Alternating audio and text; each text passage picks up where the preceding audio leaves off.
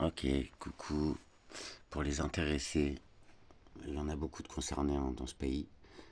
Je te donne un site officiel, fibromyalgie.fr.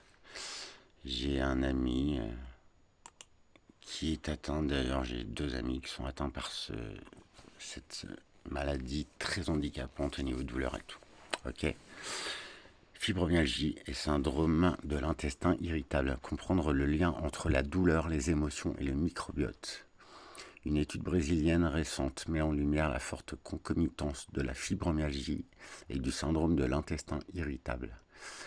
En explorant les mécanismes complexes de l'axe intestin-cerveau et le rôle du microbiote intestinal, elle renforce l'idée d'une approche holistique pour ces deux affections souvent invalidantes. Cette recherche souligne l'importance des facteurs psychologiques et environnementaux dans la manifestation de la gestion de ces pathologies. Tu as vu sur mes vidéos, je parle beaucoup de nourriture qui n'a plus aucun intérêt, des cols qu'on te met dans la bouffe. Et franchement, j'ai peut-être la solution, je sais pas, c'est bon quoi. Autant essayer, hein. Ça coûte rien. Le traitement il est homéopathique, ok. Le traitement il est à une centaine d'euros. Il dure 3 mois. T'as un mois pour nettoyer l'intestin, préparer le terrain, le rendre neutre. Et t'as 2 mois pour le réensemencer avec des probiotiques, macrobiotiques, des produits américains. Ça rigole pas là-bas. C'est pas la qualité des merdes françaises de parapharmacie, tu vois. Même les compléments alimentaires qu'on prend en France, c'est souvent de la merde. Si t'es atteint de ce syndrome fibromyalgie, enfin c'est pas un syndrome, c'est une maladie, ou que tu connais quelqu'un, et ben c'est cadeau. Pourquoi ne pas essayer? Ok. Si ça te parle, contacte-moi. Ok. La fibromyalgie est une maladie chronique caractérisée par des douleurs musculo-squelettiques généralisées, une fatigue persistante, des troubles du sommeil et des difficultés cognitives. Moins connu du grand public, le syndrome de l'intestin irritable est une affection digestive chronique qui se manifeste par des douleurs abdominales, des ballonnements, des crampes, des changements dans les habitudes intestinales, diarrhée, constipation ou alternance des deux. Bien que l'une soit principalement associée à la douleur et l'autre à des troubles digestifs, de nombreux patients atteints de fibromyalgie signalent également des symptômes gastro-intestinaux et inversement. Cette observation clinique a mené les chercheurs à s'interroger sur les mécanismes communs qui pourraient lier ces deux pathologies. C'est dans ce contexte qu'une étude menée par Carla Cristina Souza Almeida et ses collègues publiée en 2023, c'était au Brésil. Ok. Les grandes leçons de l'étude. L'analyse de la littérature a permis de consolider plusieurs points essentiels concernant la relation entre la fibromyalgie et le syndrome de l'intestin irritable. Donc il y a ça, fibromyalgie.fr, je te mets le site ici, ok. Je crois que plus officiel que ça, ok. On va parler maintenant de médecine chinoise. Eh ouais, l'intestin grêle en médecine chinoise. En médecine chinoise, donc médecine traditionnelle, l'intestin grêle a lui aussi un rôle de transformation des aliments et des boissons qu'il reçoit de l'estomac. Voyons d'abord l'intestin grêle du point de vue de la médecine occidentale, puis chinoise. Pour la médecine occidentale, l'intestin grêle est la partie de l'appareil digestif humain situé entre l'estomac et le gros intestin. Il comprend un segment fixe, le duodénum, suivi de deux segments mobiles, intrapérotién, le jéjunum et l'urénum. D'accord. C'est dans l'intestin grêle que se déroule l'absorption intestinale. Le glucose, les acides aminés, les acides gras à courte chaîne et le glycérol passent de la lumière intestinale au vaisseau sanguin. Les acides gras à longue chaîne et les triglycérides passent dans les vaisseaux lymphatiques. Les drainages lymphatiques sont très très importants, très simples à mettre en œuvre. L'eau, les sels minéraux et les vitamines, quant à eux, peuvent passer dans les deux types de vaisseaux. L'intestin grêle en médecine chinoise, ok. Nous avons vu que dans le foyer médian se faisait une séparation des aliments et des boissons, une partie nommée le clair, qui est montée par la rate vers le cœur et le poumon, et une autre appelée le trouble, qui est descendue par l'estomac vers l'intestin grêle. Rappelons que le clair est la fraction pure des aliments et boissons et le trouble la partie impure. Avec la merde qu'on bouffe, ça prend tout son sens. L'intestin grêle fait partie des entrailles. Il est donc yang, ouais, mais on s'en fout. La fonction de contrôler la réception et la transformation.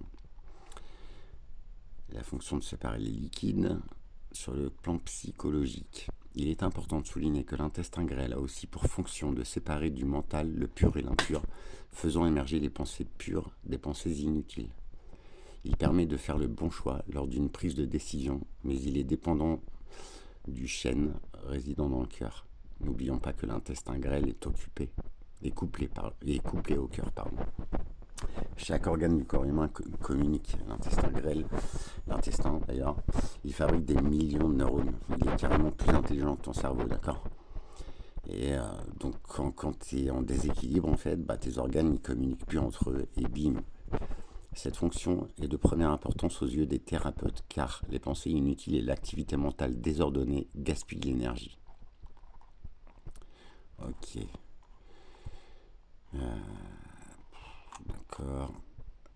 Pourtant, j'avais tout préparé. Ok. Donc là, c'est un diététicien, Vincent Carré. Je te laisse tous les sites. Je viens pas de me demander les sources, je vais t'insulter. Mais fais gaffe parce que j'aime bien en plus. Les 5 organes du corps en médecine chinoise et comment les équilibrer pour une santé optimale. Je sais pas si tu as remarqué, mais les Chinois, moi j'en vois pas trop d'obèses, sauf les sumotori. Et c'était courant de voir des petites mémés de 120 ans faire leur jardin, tu vois. Les Chinois, ils n'ont pas tout inventé, ils ont leurs défauts. Par contre, au niveau santé, au niveau médecine, c'est pas la médecine française, ok ? Là, on parle de fibromyalgie, on parle du rôle de tes organes, comment ils communiquent.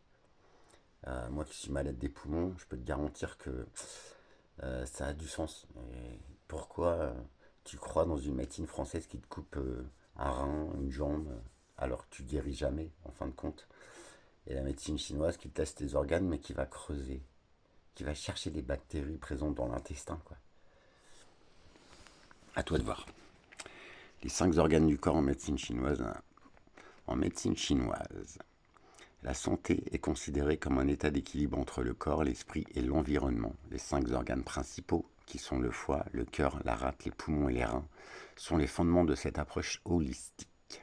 Selon la médecine chinoise, ces organes sont interconnectés et interdépendants, et l'équilibre de leur fonctionnement est essentiel pour maintenir une bonne santé.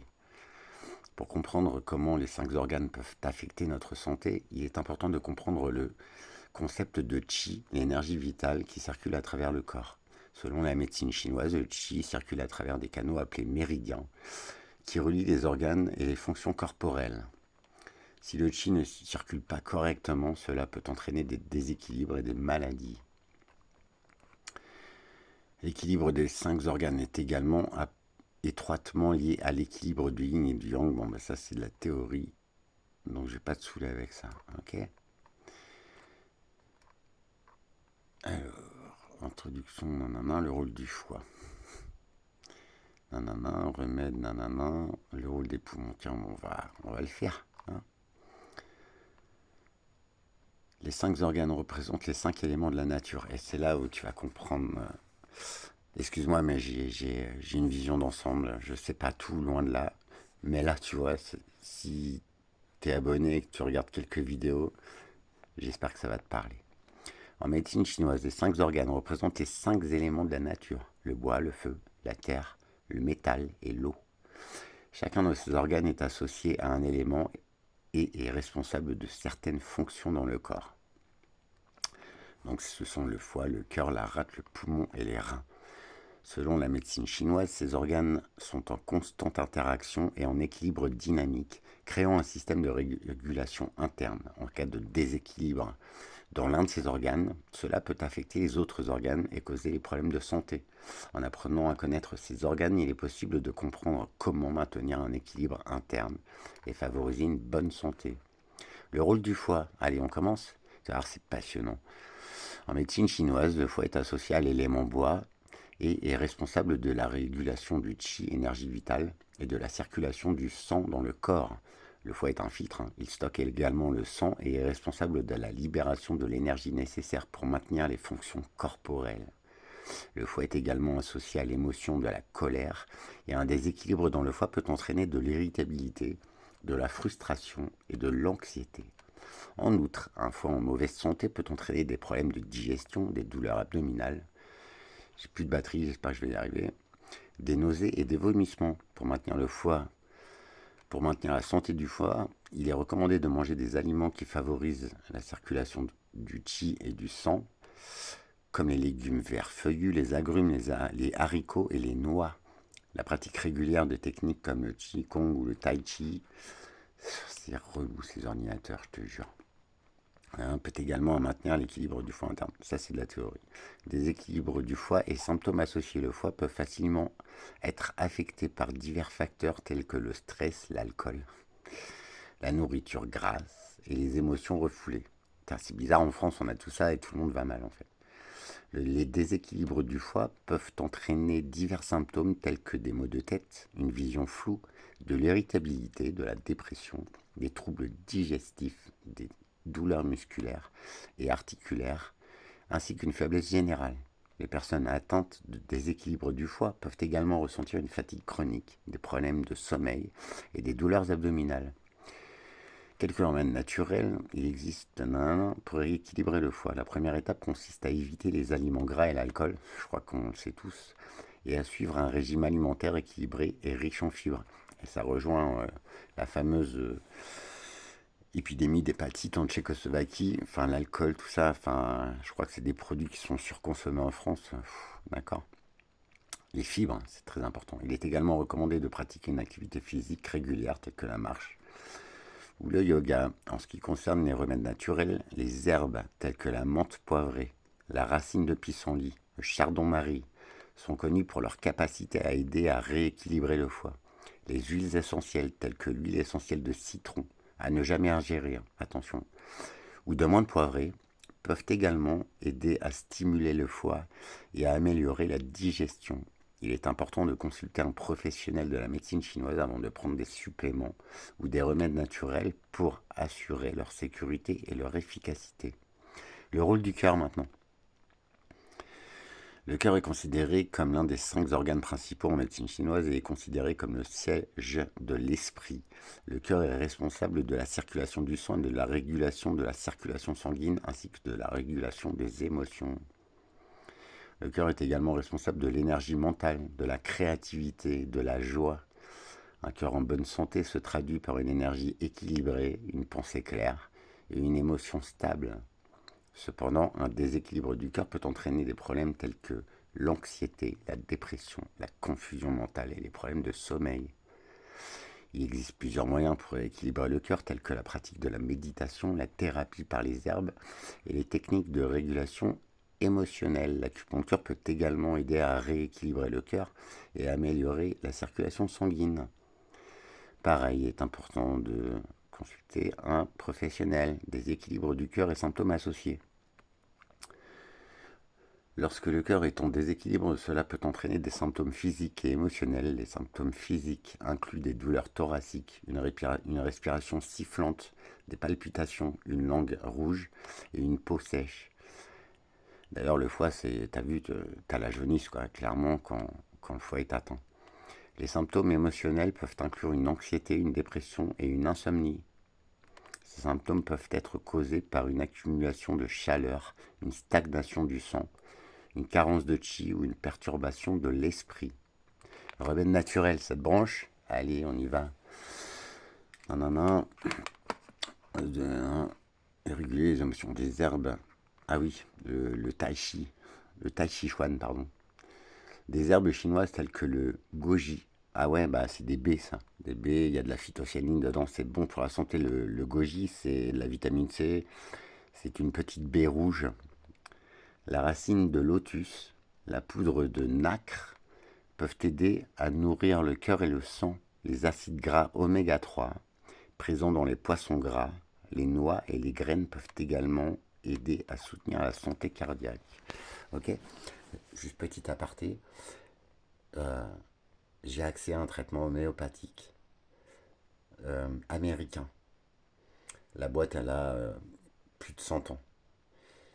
En Amérique, les produits, tu vois, ça rigole pas, quoi. C'est pas la merde qu'on a en France ou en Europe, d'accord? Franchement, pour les gens qui vont pas bien, bah, il me semble que c'est passionnant de connaître ça. Ça coûte quoi d'essayer en fait?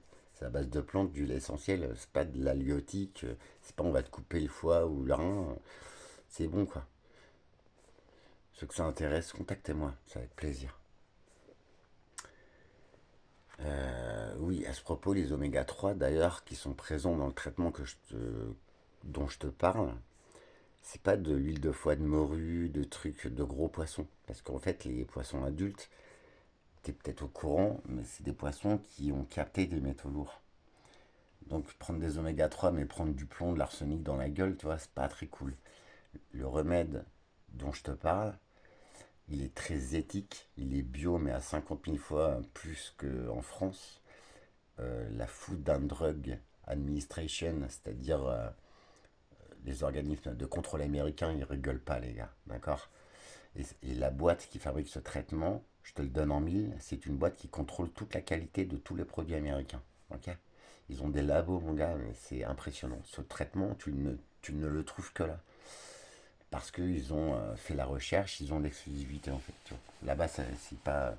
Bref, si t'es malade, tu vois de quoi je parle. J'ai rien à vendre, moi, d'accord. J'ai des amis qui sont atteints de fibromyalgie et je te promets, euh, ils vont essayer. La cure, elle dure 3 mois, clairement. Je prendrai leur témoignage avec leur image ou pas avant et leur témoignage après. D'accord. J'ai rien à vendre. Tu vois, c'est ça qui fait bizarre aux gens. Ils préfèrent se faire mettre une carotte et puis pleurer après, quoi. Franchement, après, t'en penses ce que t'en veux, mais viens pas critiquer. D'accord. Et en plus, je te partage ça, enfin, je vois pas ce que je gagne moi là-dedans. Si, à ce que mon prochain aille mieux et qu'on puisse changer de vie, quoi. Tu vois. Bref. Donc, les exercices, bon, t'as la méditation, t'as la marche, franchement, tranquille et tout, éviter le stress, putain, mais en France, si tu regardes bien autour de toi, enfin, voilà, quoi, les gens, ils sont hyper stressés du fion et ils te pourrissent la vie, quoi. Voilà. Améliorer la circulation sanguine et réguler les émotions. Des herbes chinoises telles que le goji, la racine de lotus, ah bah j'ai déjà dit, je suis bête, hein. Oui, les acides gras oméga 3 présents dans les poissons gras, les noix, les graines peuvent également aider à soutenir la santé cardiaque. Les graines germées, j'en bouffais quand j'étais petit, c'est dégueu, mais franchement, c'est très puissant, quoi. Très très puissant. La rate est considérée comme l'organe principal de la digestion en médecine chinoise. Elle est responsable de la transformation et du transport des aliments et des liquides, ainsi que de la production du qi et du sang. Si la rate est en déséquilibre, cela peut entraîner des problèmes digestifs tels que des ballonnements, une diarrhée ou une constipation. La fatigue, la faiblesse musculaire et la perte d'appétit peuvent également être des symptômes d'un déséquilibre de la rate. Moi, j'ai des traitements très lourds. Salut mon Alexandre, faut que je te contacte, mais franchement, t'as vu tout ce que je te sors. Et nos traitements, ils nous flinguent le foie et peut-être la rate. Donc tu vois, je vais m'occuper de ma rate. Selon la médecine chinoise, le stress, une alimentation inadéquate ou des infections peuvent tous contribuer à un déséquilibre de la rate, une infection. Heureusement, il existe plusieurs façons de rééquilibrer la rate et d'améliorer la digestion. Les symptômes associés. La rate est un organe crucial dans la digestion et l'assimilation des aliments. Un déséquilibre de la rate peut entraîner des symptômes tels que des ballonnements, la constipation, la fatigue, une perte d'appétit et un manque d'énergie. Les facteurs qui peuvent contribuer à un déséquilibre de la rate comprennent une alimentation inappropriée, des habitudes alimentaires malsaines, un stress émotionnel et physique, ainsi qu'un manque d'exercice. Peuple français, ça coûte quoi d'essayer? Waouh! Il existe de nombreux remèdes naturels pour aider à l'équilibre de la rate. L'un des remèdes les plus simples est de manger des aliments tièdes et cuits à la vapeur, cuits al dente. Les légumes, ça se mange craquant pour justement qu'ils aient un pouvoir nutritionnel. Si tu les fais cuire 3 heures, tu vas bouffer de la merde en fait. Bref, déjà que les légumes sont en très mauvais état, qui ne comportent plus grand-chose. Voilà, la cuisson est très très importante. Quant à la tiédeur des aliments, je crois que c'est... Enfin, je sais pas, tout ça c'est logique, quoi. Il est également important de manger lentement. En fait, tout ce qu'on nous coupe dans ce pays de merde pour gagner 2 sous, mon gars, et pour avoir une vie mais complètement naze, et bah, il me semble que ça regroupe tout ça. Après, t'en penses ce que t'en veux. Mais prendre son temps de mâcher. Il faut que tu avales les aliments quand ils sont presque liquides dans ta bouche. Tu vois, la satiété, l'assimilation, tout ça, mais c'est... Enfin, je sais pas, c'est logique. Dites-moi ce que t'en penses. Mâcher soigneusement les aliments pour faciliter leur digestion. Des plantes médicinales telles que la réglisse, la cannelle, le fenouil, le gingembre et la cardamome peuvent également aider à stimuler la digestion et à réduire les ballonnements. C'est loin d'être con. Le rôle des poumons, alors ça me touche particulièrement.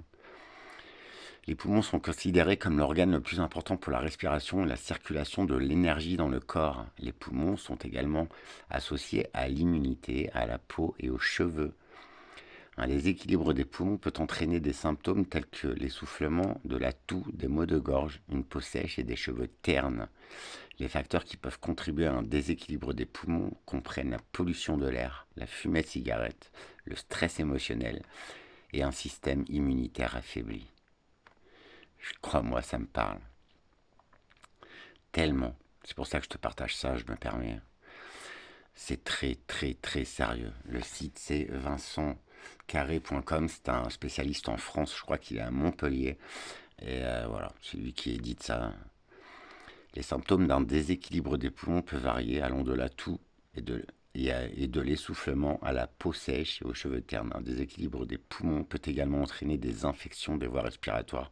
Je suis en infection pulmonaire constante, telles que le rhume, je suis à BPCO, bronchite chronique, tels que le rhume ou la grippe. Les facteurs qui peuvent contribuer à un déséquilibre des poumons comprennent une mauvaise alimentation, la fumée de clope, la pollution de l'air. Et moi, c'est les microparticules aussi qui me tuent, y compris avec le tabac, on est d'accord. Le stress émotionnel et un système immunitaire affaibli. Ça te parle, moi, Alex? Il y a un manque d'exercice. Remède naturel. La pratique régulière de la respiration profonde, je t'en ai parlé. Check mes vidéos, s'il te plaît. Et de l'exercice. Et je découvre le site aujourd'hui. Et de l'exercice, c'est-à-dire marcher, tu vois, genre dans la nature, tout ça. Je t'en parle de tout ça. Si t'es honnête avec toi-même, ça fait que checker en fait ce que j'avais compris de moi-même, d'accord? Peut t'aider à améliorer la fonction pulmonaire et à augmenter la circulation d'énergie dans le corps. Des herbes médicinales telles que la racine de réglisse, le thym, le romarin et le ginseng peuvent également aider à renforcer les poumons et à stimuler le système immunitaire. Le thym, le romarin, c'est des très bons antibactériens, des désinfectants. Tu les mets en huiles essentielles dans un vaporisateur dans ta maison. Je te garantis que tu retrouves des forces. Les poumons sont responsables de la respiration et de la circulation de l'énergie dans tout le corps, mais aussi de l'oxygénation de ton sang. En médecine chinoise, le poumon est associé à la fonction de purification et de distribution de l'énergie. Les déséquilibres de cette fonction peuvent entraîner des symptômes tels que la toux, l'asthme, la congestion thoracique, la peau sèche et les sinus bouchés. Ah, franchement, c'est tout moi ça. Pour rééquilibrer les poumons, il est recommandé de consommer des aliments riches en nutriments tels que les légumes verts, les fruits de mer. Et je suis très attiré par les fruits de mer, c'est incroyable quoi. D'ailleurs, t'as vu, je suis un pêcheur, enfin, ouais, c'est hallucinant. Le lait de soja, les noix et les légumineuses. Il est également important de faire de l'exercice régulièrement, en particulier des exercices de respiration profonde, les gens. Méditer, c'est aussi respirer. Et depuis que je médite, honnêtement, moi je suis en train de me noyer. J'ai un emphysème très grave. Donc c'est tes petites bronchioles, là, tu sais, les petites boules qu'il y a dans les poumons qui se remplissent d'eau. Donc je me noie en fait de mon vivant. D'accord? Et bah depuis que je respire, en fait, j'ai une capacité pulmonaire, mais c'est incroyable, tu vois. Je suis à 40% en test de souffle. Je suis limite pas bien, quoi, tu vois. Et bah, quand tu médites, cette capacité que j'ai. Alors, je suis court de mètre, je suis mort, ok. Mais exercer ses poumons, en fait. Et en fait, en faisant ça, je comprime l'eau et je laisse un peu plus de place à l'oxygène. Moi, mon volume globulaire moyen, le VGM sur ta prise de sang, mes globules, ils sont énormes. Pourquoi? Parce qu'ils ont besoin de capter beaucoup d'oxygène, tellement mon corps ne l'assimile pas. Tu comprends? En fait, les bronchioles, là, les petites boules dans tes poumons, comme des grappes de raisin. Normalement, il n'y a pas de liquide dedans. Donc tes vaisseaux sanguins, ils arrivent là-dedans, et hop, ça échange l'air et ça le met dans ton sang. Moi, vu qu'il y a de l'eau, en fait, et ben, mes globules rouges, ils ont augmenté, ils ont doublé, pour prendre l'air qu'il me manque. Mais ils arrivent dans mes bronches, il y a de l'eau, c'est mort. Ils échangent que un tiers de ce qu'ils ont comme oxygène, quoi. Tu comprends le délire? Je sais pas, c'est logique pour moi. Alors, nanana, la consommation des aliments riches en nutriments, tac, tac, tac, tac. De faire de l'exercice régulièrement, en particulier des exercices de respiration profonde. Viens me voir, s'il te plaît. Le rôle des reins, ok? C'est l'organe le plus important en médecine chinoise. Alors en France, si t'as un problème au rein, on t'en enlève un. C'est pas grave, c'est un organe qui est en double. Ce qui veut dire que t'as plus qu'une chance de crever, en fait. Franchement, fais le rapprochement, s'il te plaît. Et arrête d'être de mauvaise foi. Je vais être obligé de te reprendre parce que j'ai plus de batterie. Putain.